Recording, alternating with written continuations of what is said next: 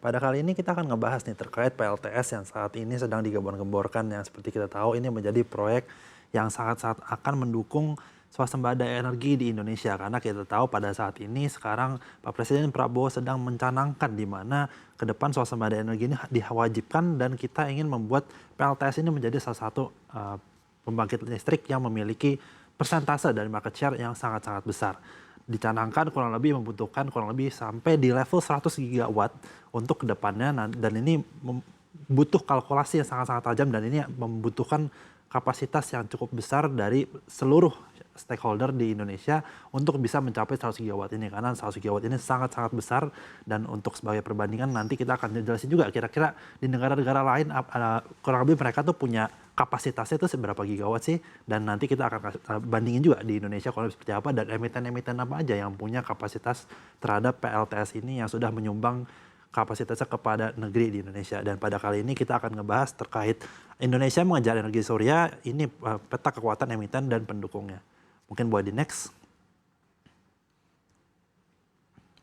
Oke, ini sebenarnya gambarannya ketika kita belajar dan kita ngeliat nih ke depan kira-kira bakal seperti apa sih Indonesia. Kita tidak akan jauh-jauh dari Astacita dan juga swasembada energi.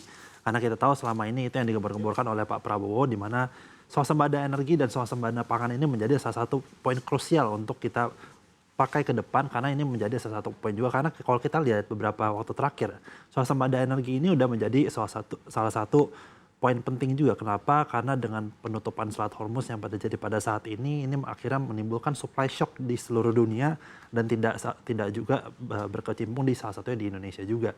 Karena di Indonesia ini juga kita ngelihat harga BBM sudah naik cukup signifikan ke level yang cukup signifikan terutama di harga BBM yang non subsidi itu bisa dilihat kenaikannya sudah sangat-sangat luar biasa dan ini menjadi salah satu rencana juga bagi pemerintah. Kita juga lihat target pasifnya itu di 100 gigawatt dan ini cukup sangat besar. Nanti kita akan bandingkan juga dengan salah satu yang paling besar itu di China dan nanti kita akan kasih tahu juga datanya seperti apa.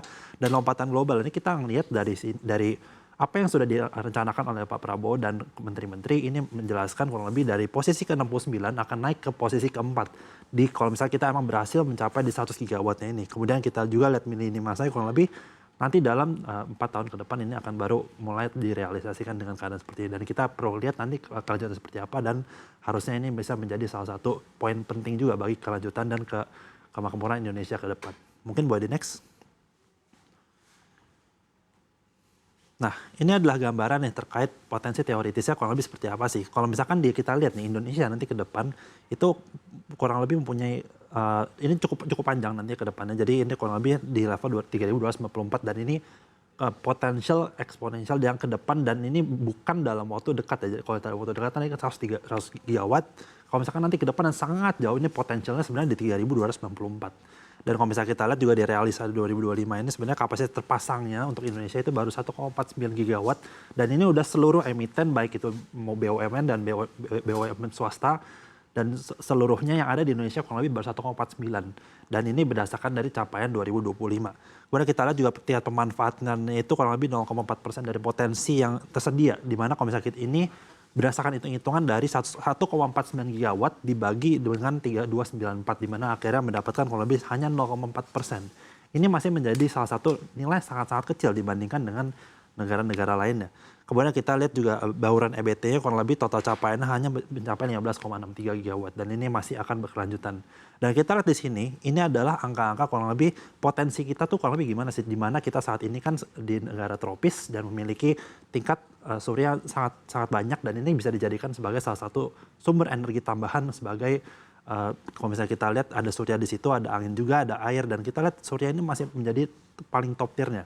Kemudian air juga kita lihat ada di 95 gigawatt, angin 155 gigawatt, dan kalau misalnya kita lihat sekarang ini masih ditopang paling besar itu oleh air, di mana kita lihat pemanfaatannya sekarang ini sudah di level 7,58. Namun dalam waktu 5 tahun ke depan, terutama di saat tempat administrasi Pak Prabowo ini, kita ngelihat bahwa pemanfaatan energi surya ini menjadi salah satu prioritas utama dalam kebijakan-kebijakan politik yang akan dilakukan oleh Pak Prabowo ini sendiri. Dan untuk gambarannya pemanfaatannya kurang lebih sekarang masih di level 50,63 watt untuk di versi EBT ya. Mungkin buat di next. Nah, ini adalah gambaran terkait capaian kapasitas terpasang EBT tahun 2025. Di mana kalau misalnya kita lihat ini ada PLTP, di mana capaian target 2024-nya di 2638, kemudian targetnya di 2742, dan realisasinya untuk kita lihat di level ini kurang lebih seperti ini, di level masih di level 2000-an. Kemudian kita lihat juga ada PLT Bioenergi, di mana di level 3000-an. Kemudian kita lihat juga ada PLTA, di mana PLTA ini masih menjadi salah satu yang paling signifikan juga menyumbangnya di level 7000-an. Dan kalau misalnya kita lihat PLTS ini tenaga surya, kita lihat sampai dengan triwulan 4 itu masih di level 1,1494, dan kalau misalnya PLTB itu sendiri masih di level 150-an, dan kemudian kita lihat PLT EBT lainnya dan WHB ini kurang lebih masih di level 460-an, dan ini datanya diambil dari Kementerian SDM. Mungkin boleh di next lagi. Nah, ini gambaran terkait kapasitas terpasang pembangkit EBT nasional, di mana kalau misalnya kita lihat ada peningkatan cukup signifikan, dan ini kita lihat kan berdasarkan targetnya ya. Jadi 2024 itu di 14.325, dan dari Desember 2025 kita mendapatkan di 15.630. Target 2025 itu 15.865, masih ada sedikit penurunan, namun kalau misalnya kita lihat target ke depan di 2026 itu akan mencapai 16.300. Dan kalau misalnya kita lihat dengan sini penambahan kapasitas terpasang EBT di tahun 2025 sebesar 1,3 gigawatt. Dan ini adalah yang berdasarkan dari nanti ketika emiten-emiten ini digabungkan dan juga plus PLN. Jadi dengan kadar 1,3 gigawatt itu di level seperti itu.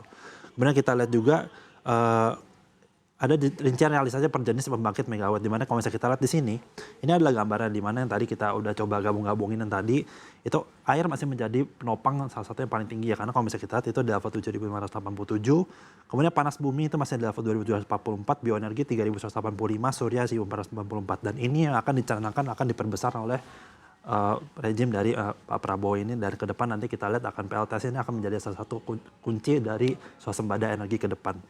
Mungkin boleh di next lagi. Nah, ini roadmap-nya kurang lebih dari RUPTL yang ada di 2025-2034 dari PLN. Kalau misalnya kita lihat, porsi EBT itu kurang lebih penambahan kapasitas EBT sebesar 42,6 gigawatt atau 61% dari penambahan pembangkit, dan alokasi suryanya itu energi surya mendapatkan jatah terbesar yaitu sekitar 17,1 gigawatt sampai dengan 2034. Ini cukup sangat signifikan. Kemudian kita lihat dari investasi hijau itu sendiri membutuhkan dana sebesar 1.682 triliun. Ini dana yang sangat-sangat besar. Namun kita perlu ingat swasembada energi masih menjadi prioritas utama untuk program Presiden Pak Prabowo. Kemudian dampak sosialnya juga menciptakan 760.000 lapangan pekerjaan hijau. Dan dengan keadaan seperti itu ada pengurangan emisi 126,5 juta ton CO2. Dan ini sangat-sangat besar. Mungkin boleh di next lagi. Nah, ini adalah gambaran nih terkait kapasitas global. Kira-kira negara-negara lain tuh gimana sih gambarannya terhadap mereka punya PLTS-nya. Kalau misalnya kita lihat di sini, China memiliki kapasitas operasional yang paling tinggi. Kalau misalnya kita lihat total prospektifnya ke depan itu masih nomor 70, dan total kapasitasnya sekarang di 1 juta. 1.118 kalau misalnya kita lihat gambarannya itu ke depan. Kemudian kita lihat ada Amerika Serikat di level 237.000. Kita lihat juga di India masih 170.000. Jadi untuk dengan kelas ini Indonesia masih cukup ketinggalan, di mana ke depan China juga masih membutuhkan sangat-sanat banyak energi, karena kita perlu melihat bahwa energi per kapita yang dibutuhkan oleh China ini sangat-sangat besar. Dan kita juga lihat di AS juga sepertinya kurang lebih seperti itu, sehingga mereka membutuhkan total kapasitas sangat-sangat besar untuk bisa benar-benar menggunakan dan mengutilisasikan mereka punya PLTS untuk bisa memastikan swasembada energi untuk masing-masing negara ini tercapai. Karena kalau misalnya kita lihat di sini, ini adalah gambaran yang sangat-sangat besar, dan kita masih memiliki PR untuk mengejar ketinggalan mereka ini, dan kita nanti akan kemungkinan besar akan berada di level 4, di mana kita akan menyalip Brasil, dan nanti kita tinggal menyalip China, Amerika Serikat, dan juga India, dan nanti kita di level 4, dan ini kita perlu step by step dilakukan progresnya kurang lebih dari sekarang. Mungkin buat di next lagi. Nah, kita lihat nih strategi implementasi dan pembiayaan kurang lebih gimana sih. Dari koperasi desa kita lihat konsep pemenuhan melalui 80.000 unit PLTS nih kita lihat. Dan ini kurang lebih dari 100 gigawatt tadi akan menyumbang kurang lebih 20 gigawatt yang dari koperasi desa ini. Dan juga sentra kabupaten kita lihat dari sini, dan kalkulasi biayanya untuk estimasi kotornya ini kurang lebih membutuhkan $1 juta US dollar dalam per 1 megawattnya. Jadi dengan keadaan seperti itu cukup besar sekali, dan ini membutuhkan berarti kurang lebih 100 miliar US dollar dengan keadaan seperti ini. Berarti ini membutuhkan kurang lebih setara dengan 70 triliun rupiah dengan keadaan seperti ini. Atau kemudian kita lihat juga dengan keadaan seperti ini, berarti kan ada efisiensi anggaran dari PLTS yang dibangun ini akhirnya nanti akan ada efisiensi anggaran kurang lebih 25 miliar per tahun karena ada 100 miliar yang diinvestasikan tersebut. Dan ini kan sebenarnya cukup bagus juga kalau misalnya kita lihat dari transisi karena transisi energi ini menjadi salah satu isu mancanegara juga, dan dengan keadaan seperti ini harusnya kita ngelihat ke depan akan banyak negara-negara yang akan melakukan transisi energi ke energi hijau juga, karena kalau misalnya kita lihat harga minyak dan lain-lain ini cukup mengkhawatirkan, dan ke depan kita tidak boleh bergantung dengan energi-energi yang ada di luar sana. Mungkin boleh di next juga. Nah, ini adalah gambaran nih kurang lebih di Indonesia dari PLN dan juga swasta, terutama emiten-emiten yang terdaftar itu apa aja sih yang mereka punya. Kalau misalnya kita lihat dari PLN itu sendiri, kita lihat ada PLTS Lampung Cirata yang merupakan salah satu paling besar. Itu kurang lebih kapasitasnya itu di level 1192 megawatt.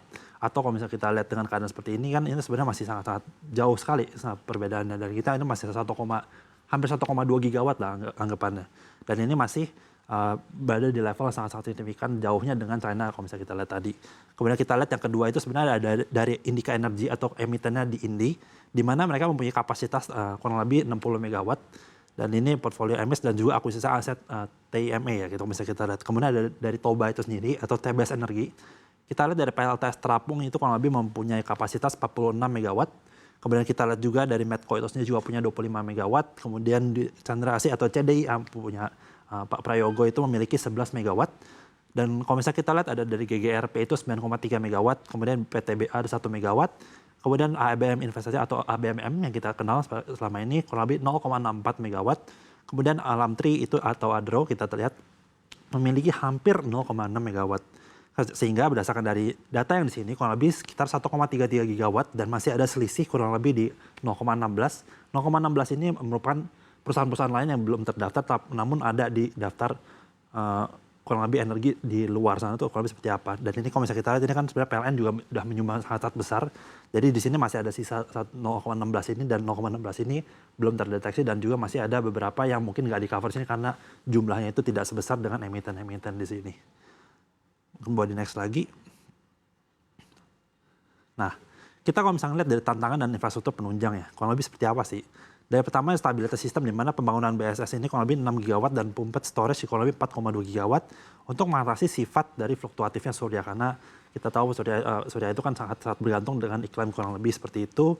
Kemudian kita lihat juga jaringan transmisinya juga menjadi concern juga karena pengembangan super grid nasional untuk memastikan serapan energi itu pasti bisa optimal ketika udah operasional. Kemudian kita lihat juga dari kepastian regulasi juga masih menjadi concern juga, yaitu penyederhanaan izin dan juga harmonisasi kebijakan pusat daerah untuk menarik investor, terutama juga baik itu investor luar negeri maupun di dalam negeri.